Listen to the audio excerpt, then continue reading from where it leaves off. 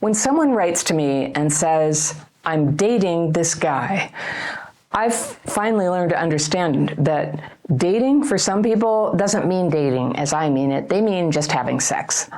No friendship, no commitment, no talking about real things, no helping each other through tough times in your life, just sex.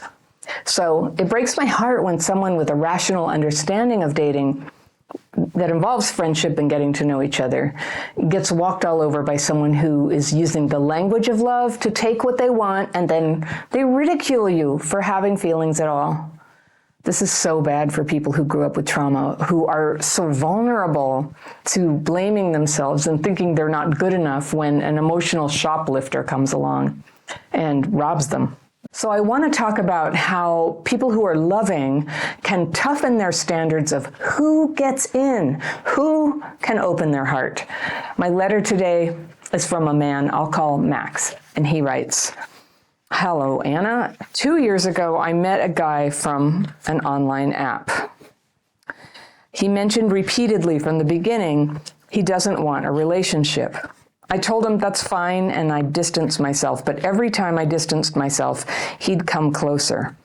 I have never been in a relationship or in love before. I had no idea about attachment styles.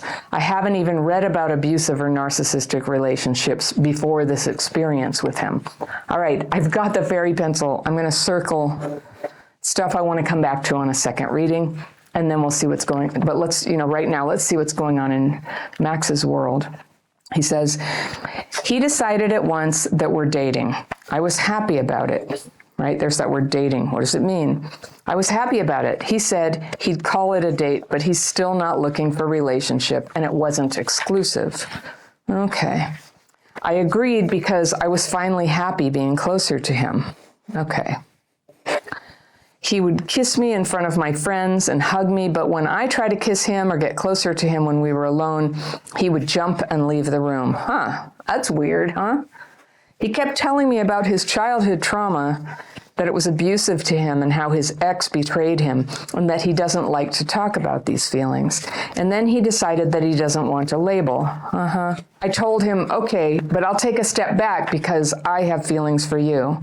All right, we're going to talk about that, this supposed step back. After a while of trying back and forth, I ended it. I felt so miserable. We tried to be friends, but it didn't work. He'd treat me the same way we used to treat each other before. He also told me that for him, I was just a friend and that he never had feelings for me. I asked him, why did you do that to me? And he said it was my fault because I've never told him no to anything, which is not true. And because I have bad communication skills and can't open up. That's what this guy says. He also kept telling me that I play like a victim. Okay. I felt so guilty because of this. Guilty? Really? Okay. Still feeling so, less than before, but guilt is still there. He tried to come closer again and again as a friend, but I avoided this. We still write from time to time, but I avoid the conversations with him because it's almost always full of hurtful words for me. Wow. I feel sometimes that I'm a bad, very emotional, and maybe narcissistic person. Please help me. Oh, honey, no.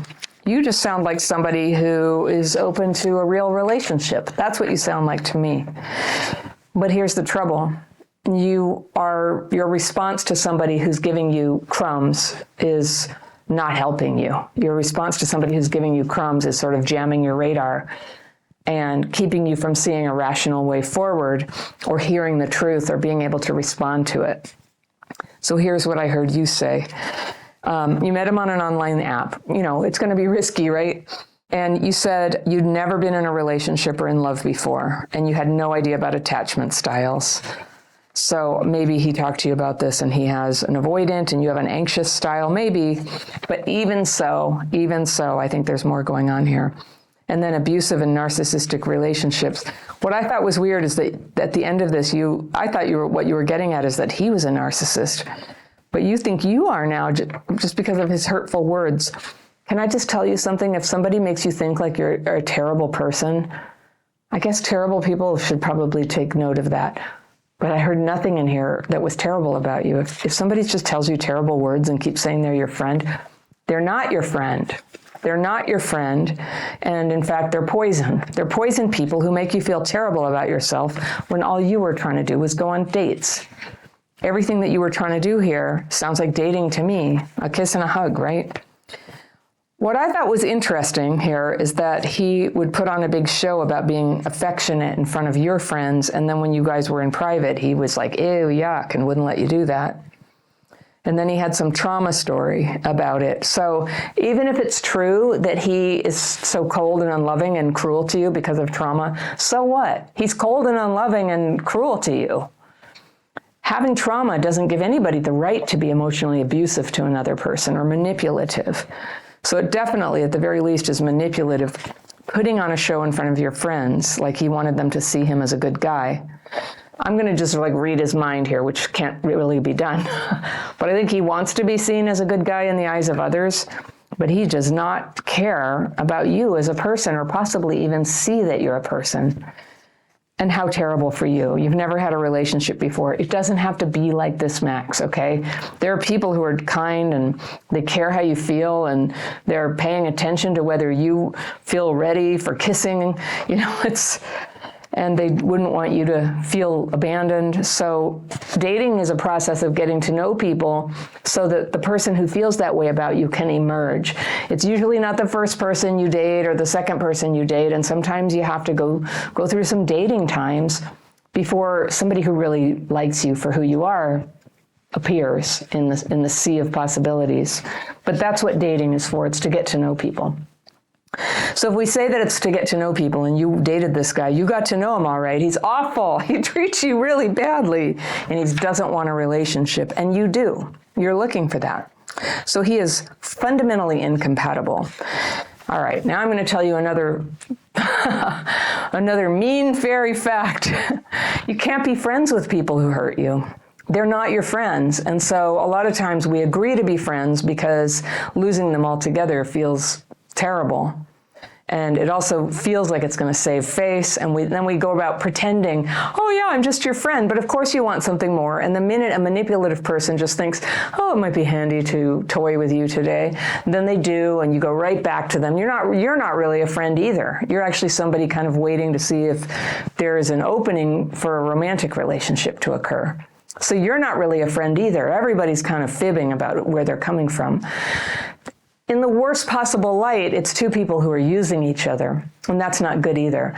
Dating should take place between two people who are sincerely open to a relationship forming. If they're not open, then it's not a date. You can use date as a euphemism for it, but it's a hookup. A hookup is where nobody's open. A lot of hookups are with somebody who's not open and somebody who's actually hoping they're going to get loved. But any kind of mismatch there is a recipe for pain. So be consistent. Be clear what you want. In fact, you know what I want to recommend to you, Max? I have a course for dating for people who have childhood PTSD. And it teaches you to get very clear what you want as the bottom line. You would think that I think everybody does. They assume they know what they want, but when you ask them to say it, what I found is people who had trauma growing up, they can't say it. I think they know, but it feels like too big of a stretch that you would ever really be loved in the way that you want to be loved. But it's just true. You might as well own it, because any relationship that you or I gets into, we can't pretend for long that we can settle for less than what we really want. We're going to be difficult. We're going to be, what did he accuse you of being? What was it? Emotional. And you never told him no to anything. I think there may have been a point there that you say it's not true that you never said no, but I think the point there is that you would sort of go along with anything. He didn't treat you very well and you kept showing up for it. That actually turns most people off. And they, are happy enough to use people who will follow them around no matter what, but they don't end up falling in love. So you having boundaries and knowing what you want and being ready to go, this is below the line for me. This isn't what I want, so I'm leaving. That's what makes you attractive. And in the little ways that you would do that early in a relationship, like somebody's late or they stand you up or something and you're just like, not cool, and you don't sit there and go, but that's okay, I'm here for you, I'll do anything you want. They respect people who pull back because they were mistreated. So you can't use it like a manipulative tool, but I'm just saying, That may be what he's referring to, that you didn't say no, you went along with anything. He thought you had bad communication skills. I don't know. I'm just playing devil's advocate. Let's say there's a kernel of truth. Maybe you weren't very honest about what you really wanted. And he said, you can't open up. Well, you're dating. Why would you open up? It's a very new relationship. I just defend you for that. Maybe you can't open up. I don't know. And then he also kept telling you that you play the victim. So I don't know about that. I think you're not a victim. I think you rolled the dice. You tried to date someone. They turned out to be very unloving and critical and not available, and now you're out of the relationship. And I'm proud of you, Max. You're out. You're out of that relationship. So here's what we do when somebody treats us like that. We cut all contact. Even if they break up with us nicely, if it's over, it's over. And if you want to be emotionally available and you don't want to always be having your romantic energy kind of leaking out towards somebody from the past, you don't see them anymore. And it may sound like too terrible to face, but trust me, it is painful, but it's way less painful than staying in your life and pretending to be friends, which you've tried now. You've had your experience with that with your first relationship. So congratulations. Now you know how awful it is to try to be friends with somebody you have feelings for. Oh, it just tears you apart. So now you're free. You're free, Max. Yay. So if you would like to learn to spot the signs in advance that somebody is romantically manipulating you, I have put the signs in a list, and you can download that for free right over here, Signs of Romantic Manipulation. And I'll see you very soon.